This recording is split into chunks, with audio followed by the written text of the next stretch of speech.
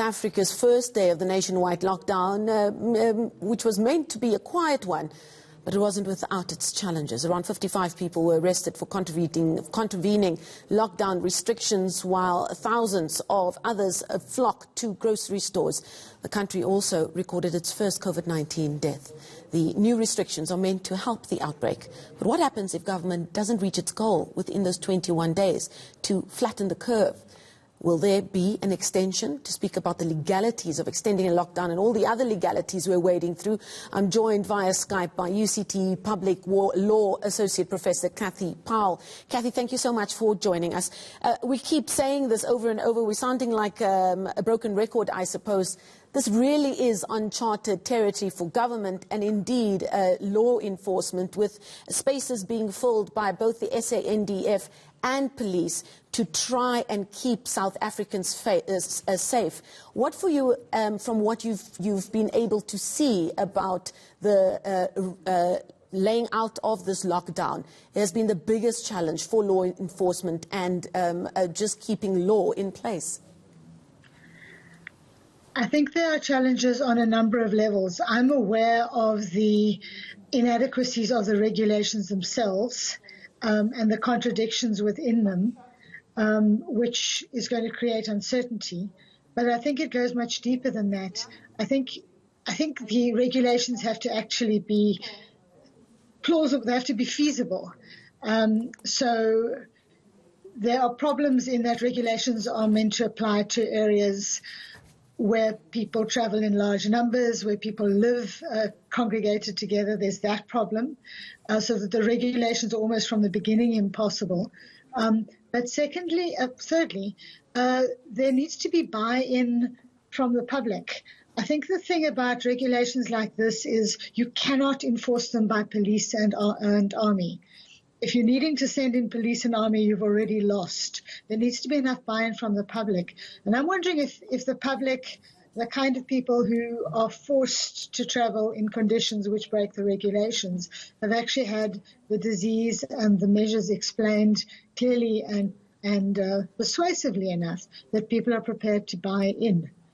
Because I think measures this extreme can only happen with the consent of the populace. Now, the people watching this will say the answer to that last question that you've asked is probably no, but probably because there was just no time for a complete rollout of communication to reach every corner of the country.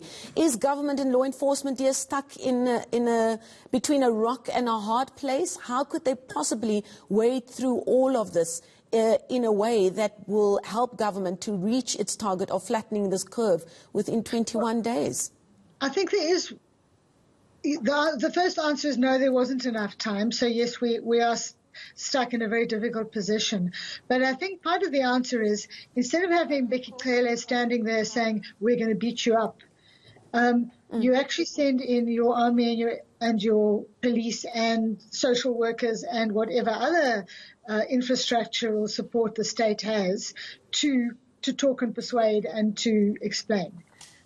What we've got at the moment is, in effect, don't you dare disobey us or we are going to beat you up. We're going to throw you in prisons where you are 100% more likely to either catch or pass on the COVID virus. And we're really going to make your life impossible, without any effort at explaining what's going on. So I think all the resources that are currently being thrown at the problem could be thrown at the problem in a different way that would get the buy-in. Now, many have said South Africans generally, because of our history, have a very difficult relationship with law enforcement to begin with. That can't be helping matters at the moment, can it? Because many people are saying what they're seeing in the streets, what they're seeing on the news is quite triggering.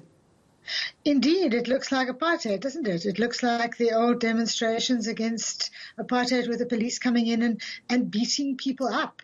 And the way that the Minister of Police has been holding press releases sounds as though he quite approves of that.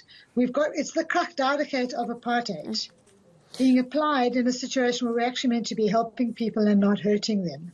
So I think the problem starts at the top, and much as it's very difficult, it could be approached very, very differently, and that would it wasn't going to work from day one anyway, but we would actually have a chance. Whereas at the moment, I think we're just setting up a civil war.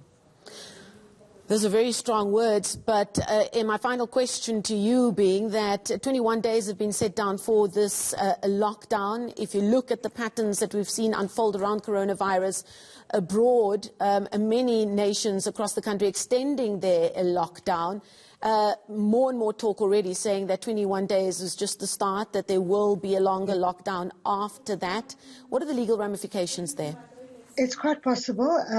The state of national disaster itself is valid for 3 months and was only declared, I think, on the 18th of March or the 16th, so mid-March.